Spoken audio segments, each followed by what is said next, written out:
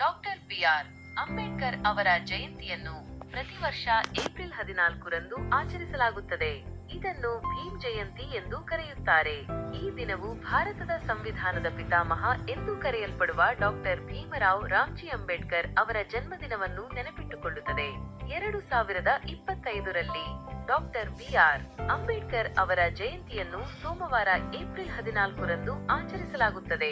ಅಂಬೇಡ್ಕರ್ ಜಯಂತಿಯನ್ನು ಭಾರತದಾದ್ಯಂತ ಬಹಳ ಗೌರವ ಮತ್ತು ಉತ್ಸಾಹದಿಂದ ಆಚರಿಸಲಾಗುತ್ತದೆ.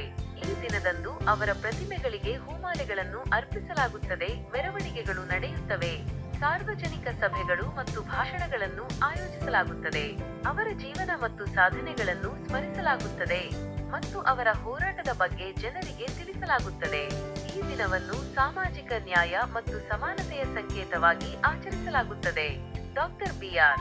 ಅಂಬೇಡ್ಕರ್ ಅವರು ದಲಿತರು ಮತ್ತು ಇತರ ಹಿಂದುಳಿದ ವರ್ಗಗಳ ಹಕ್ಕುಗಳಿಗಾಗಿ ಹೋರಾಡಿದ ಮಹಾನ್ ನಾಯಕ. ಅವರು ಭಾರತದ ಸಂವಿಧಾನವನ್ನು ರಚಿಸುವಲ್ಲಿ ಪ್ರಮುಖ ಪಾತ್ರ ವಹಿಸಿದರು ಮತ್ತು ಸ್ವತಂತ್ರ ಭಾರತದ ಮೊದಲ ಕಾನೂನು ಮಂತ್ರಿಯಾಗಿದ್ದರು. ಅವರ ಕೊಡುಗೆಗಳು ಇಂದಿಗೂ ಭಾರತೀಯ ಸಮಾಜಕ್ಕೆ ಸ್ಫೂರ್ತಿ ನೀಡುತ್ತಿವೆ.